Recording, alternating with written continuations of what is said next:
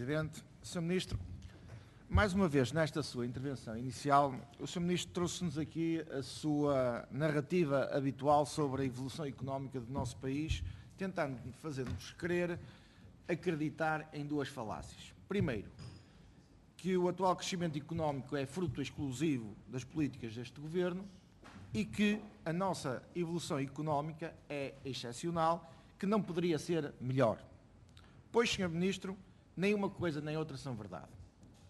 Primeiro, o crescimento económico não começou com este Governo em 2016, começou em 2014, conforme se pode constatar por este gráfico, que em 2017, dos 28 países da União Europeia, 19 cresceram mais que Portugal, entre os quais Espanha, que é só o nosso maior parceiro económico, e por isso não compreendemos muito essa sua narrativa extremamente positiva, com uma visão extremamente cor-de-rosa sobre o que se está a passar na nossa economia. Mas surpreende-me também que o Sr. Ministro não mostre nenhuma preocupação sobre a qualidade do nosso crescimento económico.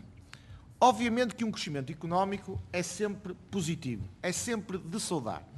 Mas será que este crescimento económico é sustentável a médio e longo prazo? Para além do nosso crescimento económico estar muito assente no crescimento do turismo, claramente a economia portuguesa está a crescer nos setores de produtividade mais baixa. E não sou só eu que o afirmo. Quem o afirmou foi o professor Daniel Bessa, que num encontro com empresários afirmou que todo este discurso político de congratulação sobre o crescimento económico é, e passo a citar, hiperbólico e que introduz um sentido de mediocridade porque pede pouco. Disse ainda que a produtividade não está a crescer, que estamos exclusivamente focados no curto prazo e que o longo prazo é o grande ausente da política. Por isso, mais uma vez, não se percebe todo este seu discurso de satisfação extrema que nos traz sempre aqui ao Parlamento. Ou seja, a sua ambição em termos de crescimento económico é pequena, é pequenina, e para além de ter uma ambição pequenina, a sua visão sobre o crescimento económico é uma visão equivocada e um pouco enganadora. Como Ministro da Economia, também não vejo o Sr. Ministro com nenhuma preocupação sobre a carga fiscal sobre as empresas. Esta semana, o Governo entregou o Programa de Estabilidade 2018-2022. Nesse Programa de Estabilidade, o Governo reviu em baixa o déficit público, prevendo um déficit de 0,7% para 2018. Pena é que, paralelamente a essa revisão, a sua ambição para o crescimento económico no horizonte deste Programa de Estabilidade se situa, em termos médios, num crescimento de PIB de somente 2,2%. Relembro que o nosso crescimento em 2017 foi de 2,7% e que em 2018 deverá ser 2,3%. Ou seja, este Governo reviu em baixa não só o déficit público, mas também podemos dizer que também reviu em baixa o crescimento económico.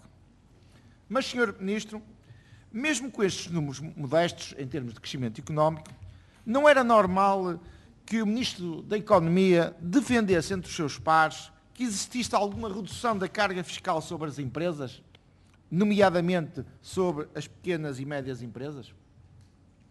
Mesmo que pequena, essa redução não seria um sinal positivo para toda a economia, um sinal positivo para as empresas, empresas essas que estão a fazer tanto pelo crescimento económico? Será que essa diminuição da carga fiscal não iria potenciar o nosso crescimento económico? Pois são essas empresas que criam emprego, são essas empresas que exportam, são essas empresas que criam riqueza. É que, Sr. Ministro, como sabem, 2017 foi o ano com a maior carga fiscal de sempre. Hoje sabemos que a opção política deste Governo, desta maioria, é ir para além do déficit.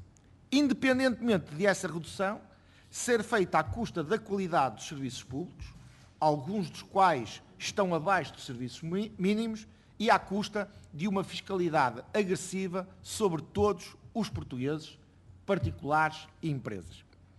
Aqueles que no passado, quando o anterior governo nos libertava de um espartilho que se chamava Troika e que nos acusavam injustamente de ir para além da Troika, hoje esses mesmos aceitam silenciosamente que o governo atual, sem qualquer espartilho, com toda a liberdade orçamental, vá para além do déficit, mesmo que isso seja feita à custa da maior carga fiscal de sempre.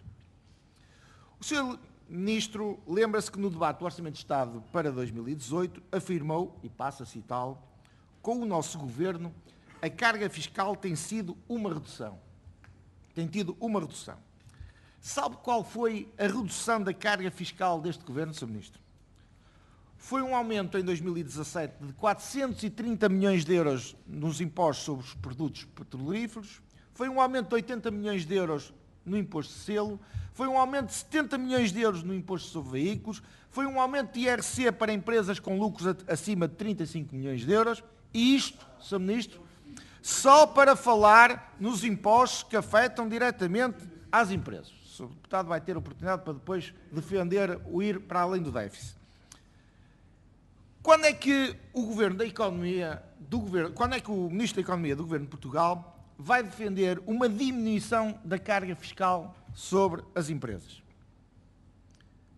Finalmente, Sr. Ministro, também seria normal, penso eu, que o Sr. Ministro, como Ministro da Economia, alguém que também deverá defender os interesses das empresas que fazem a atividade económica do nosso país, defendesse as empresas fornecedoras do Serviço Nacional de Saúde que são vítimas de bullying financeiro por parte do seu colega, Ministro da Saúde. Porque é isso que está a acontecer. As empresas que fornecem o Serviço Nacional de Saúde são vítimas de bullying financeiro do Ministério da Saúde. É que, Sr. Ministro, ao contrário do crescimento económico, as dívidas às empresas fornecedoras do Serviço Nacional de Saúde não estão a aumentar pouquinho.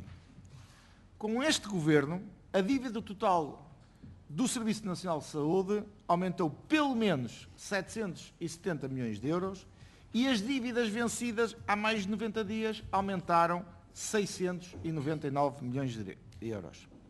Será que essas empresas, essas e outras com pagamentos em atraso por parte do Estado, poderão contar com o seu magistério de influência? E para concluir, Sr. Deputado... Vou já concluir. Para que o Estado se comporte como pessoa de bem e pague a tempo e a horas? É que, Sr. Ministro, há qualquer coisa que não bate certo.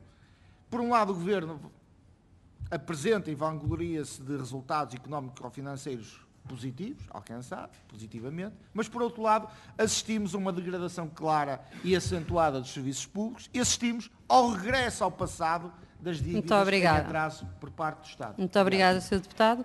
Passo ao Sr. Ministro.